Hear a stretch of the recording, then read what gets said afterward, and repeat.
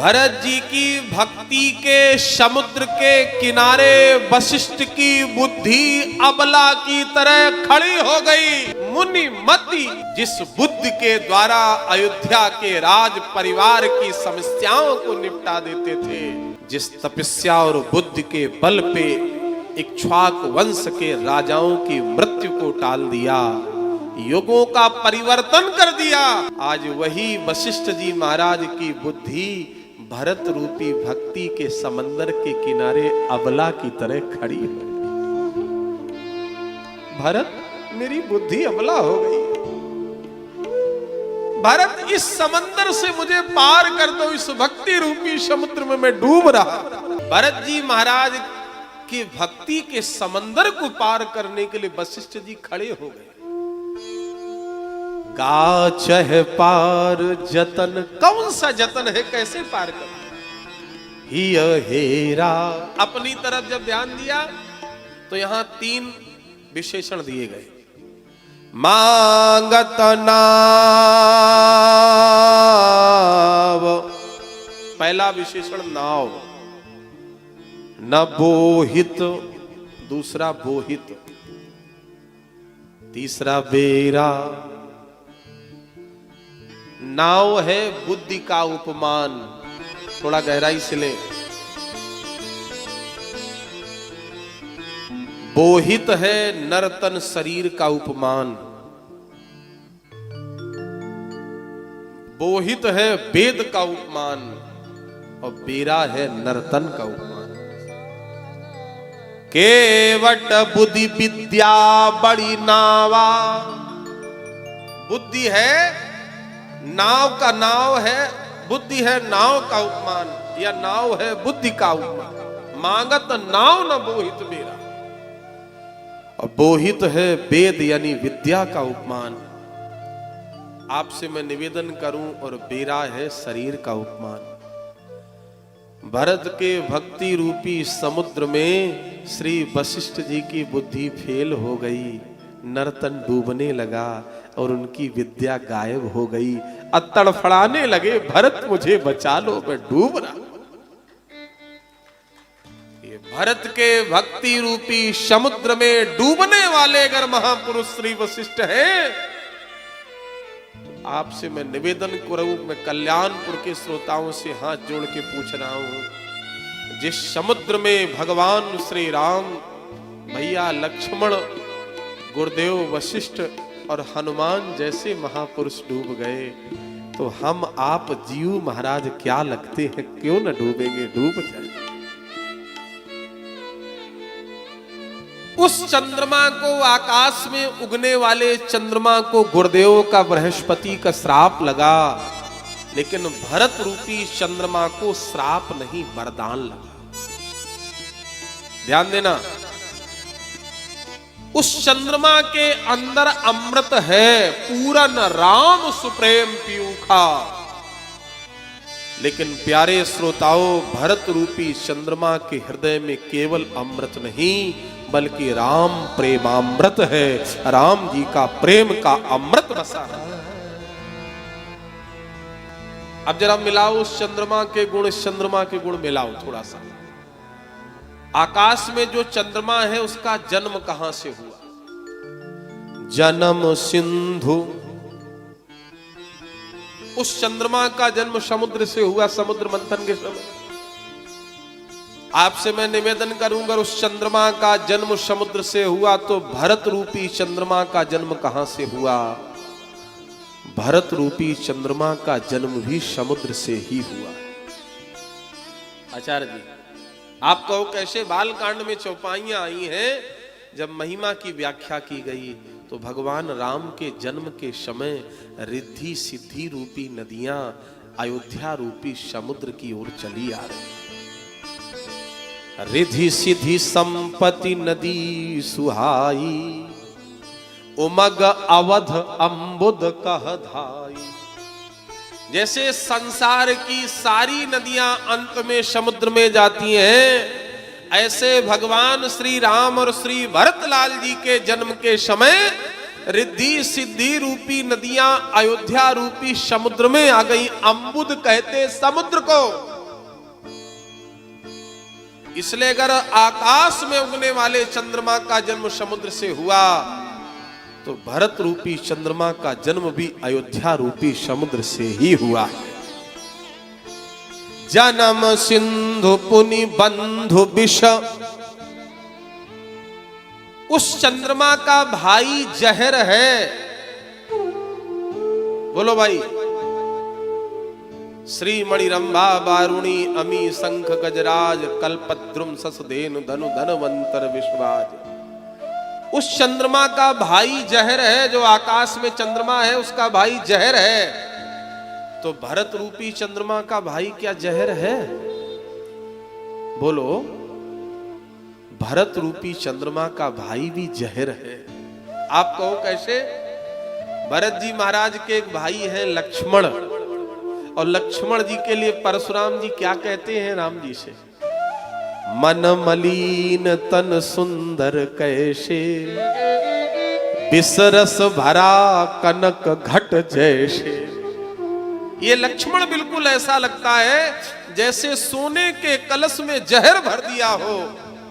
तो अगर उस चंद्रमा का भाई जहर है तो भरत रूपी चंद्रमा के भाई लक्ष्मण भी दिन मलिन, चंद्रमा दिन में मलिन हो जाता है। तो भरत जी भी अयोध्या की दशा को देखकर मलिन हो गए। वो चंद्रमा अगर दिन में मलिन है तो भरत जी महाराज अयोध्या की दशा को देख के मलिन हो गए। जन्म सिंधु पुनि बंधु विषु दिन मलिन। बस अंतिम एक दो बात कहकर वाणी को विराम। दिन मलिन सकलंक, चंद्रमा को कलंक लगा। आकाश में जो चंद्रमा है सब लोग जानते हैं, उस चंद्रमा को कलंक लगा। चंद्रमा गुरु पत्नी गामी हुआ, कलंक लगा। तो ये कलंक की उपमा क्या भरत जी के लिए उपयुक्त है? नहीं, ये कलंक भरत जी को नहीं लगा है। केवल यहां नाम आएगा। भरद्वाज जी ने कहा तुम कहा भरत कलंक यह, हम सब कर उपदेश।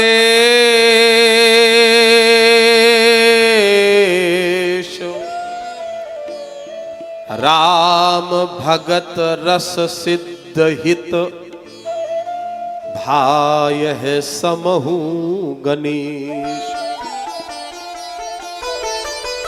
भरत, अगर तुम्हें ये कलंक लगा है राम जी के वनवास का, तो इस कलंक के माध्यम से समाज और संसार को राम भक्ति रूपी रस प्राप्त हो गया है।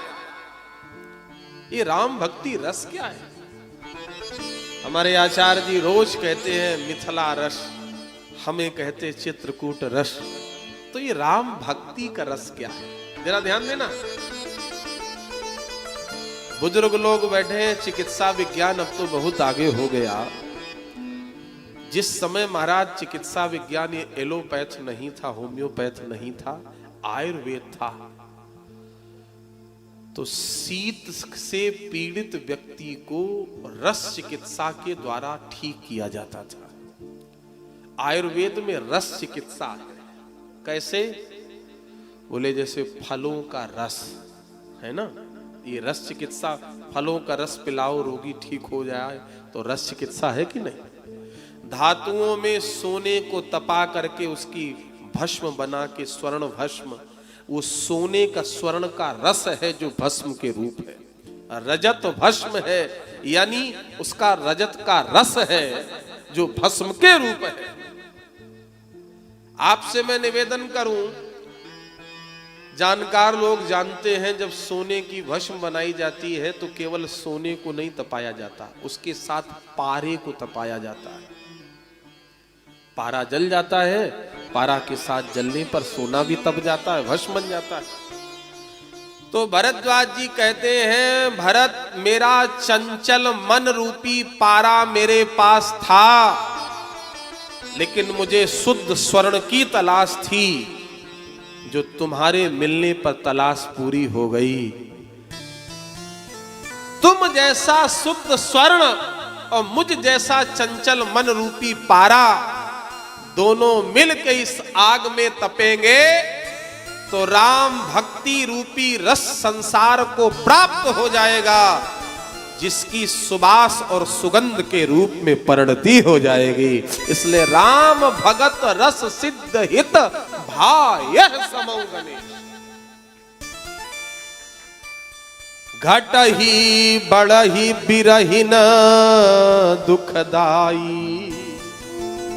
देखो भाई, चंद्रमा घटता है बढ़ता है, लेकिन भरत जी को ये उपमा उचित नहीं लग रही। भरत जी केवल बढ़े हैं, भरत रूपी चंद्रमा बड़ा है, घटा नहीं है। बिरहिन दुखदाई।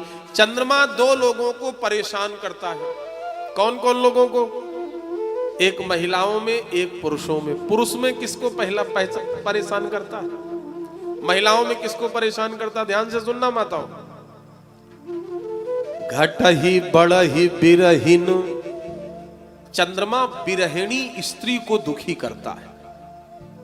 उदाहरण के तौर पे पति भारत माता की सेवा में इस मई के महीने में बीकानेर और जैसलमेर के रेगिस्तान में महाराज सेवा कर रहा है, और पत्नी कल्याणपुर में है, गर्मी का समय है, छत पे चारपाई डाले सो रही, रात के 2 बजे नींद खुल गई। उस दिन पूर्णमासी है। चंद्रमा को जब देखा तो पत्नी को पति की याद आई, विरह बढ़ा। बोलो भाई, बढ़ा कि नहीं बढ़ा? तो चंद्रमा विरहिणी स्त्री को दुखी करता। पुरुषों में किसको दुखी करता है? बुरा न मानना तो हम बताएं, नहीं मानोगे? हमारे राम सोभित जी कह रहे नहीं मानेंगे। चंद्रमा पुरुषों में किसी एक को दुखी करता। उन एक लोग में वो एक आप नहीं है। कौन है? तीन ही सुहाई न अवध बधावा, और चोर ही चंदनी रात न भावा। चोर लोगों को चांदनी रात अच्छी नहीं लगती, इसलिए चोरों को चंद्रमा दुखी करता है। घट ही बढ़ही बिरहिन दुखदाई, ग्रस ही राहु निज संद ही पाई। चंद्रमा ग्रसा जाता राहु और केतु के द्वारा। जब ग्रहण लगता है, चंद्र ग्रहण, तो राहु केतु ग्रसता है। तो आसमान में निकले हुए चंद्रमा को राहु केतु ग्रस सकता है, लेकिन भरत रूपी चंद्रमा को कैकेयी का कुकर्तव्य रूपी राहु ग्रस नहीं पाया, नहीं ग्रस पाया। आपसे मैं निवेदन करूं, चंद्रमा बिरहिणी स्त्री और चोर को दुखी करता है, लेकिन भरत रूपी चंद्रमा ने किसी को दुखी किया? बोलो भाई। राम जी के खिलाफ केवल 2 लोग थे, 98% राम जी के नाम का समर्थन था अयोध्या में, लेकिन भरत जी के नाम के लिए तो 100 में 100% लोग तैयार थे। कोई विरोध नहीं कर रहा, लेकिन भरत जी राजा नहीं बने। आपसे मैं निवेदन करूं, इसलिए भरत रूपी चंद्रमा जो है वो चंद्रमा वो भी नहीं है। और अंतिम बात कहकर वाणी को विराम। श्री भरद्वाज जी ने भरत जी की परीक्षा लेने के लिए उसी कुटिया में विश्राम कराया भरत जी को, जिस कुटिया में श्री राम जी सोए थे। और परीक्षा लेने के लिए इंद्र की अमरावती से भोग की वस्तुएं मंगाई रख दी। देखें, भरत इन भोग की वस्तुओं की तरफ देखेगा। इसी कुटिया में राम जी सोए भरत। और शास्त्र कहता है, भरद्वाज जी कहते हैं, सीताराम जी इसी कुटिया में रात भर सोए, और मैंने सन्यासी होने के बाद भी ये पाप किया। मैं पूरी रात छिप के कुटिया के बाहर कान लगा के उनकी बातें सुनता रहा, लेकिन ये पाप करने के बाद भी बड़ा संतोष हुआ। पूरी रात भरत राम जी केवल तुम्हारी चर्चा करते रहे, पूरी रात राम जी भरत जी तुम्हारी सराहना करते रहे। आहा, भरत जी महाराज को विश्राम तो करा दिया, लेकिन वारे भरत लाल जी, इंद्र के अमरावती से मंगाई गई भोग की वस्तुओं की तरफ भरत ने देखा भी नहीं। भैया बैठ जाओ, मुझे बड़ी प्रसन्नता होगी। बैठ जाओ तो मुझे बस अंतिम 2-4 मिनट की बात है। कैसे नहीं देखा? गोस्वामी जी कहते, संपत्ति चकई भरत चक, मुनि आय सुखिलवार, तेहि निसि आश्रम पींजरा राखे भाभिनुसार। पूरी रात भरत जी कुटिया के अंदर रहे, लेकिन उस भोग की वस्तुओं के ऊपर नजर नहीं डाली। कैसे? जैसे चकवा चकवी सारे दिन एक साथ रहते, पूर्ण दिन भर साथ में रहेंगे चकवा चकवी, लेकिन जैसे शाम हुई तो चकवा और चकई दोनों अलग हो जाते हैं। चकवा अगर नदी के इस किनारे है तो चकई उस किनारे, चकवा अगर इस पेड़ पे है तो चकई उस पेड़ पे। सारा दिन साथ में रहेंगे, लेकिन रात्रि में कभी भी चकवा चकई साथ नहीं रहते।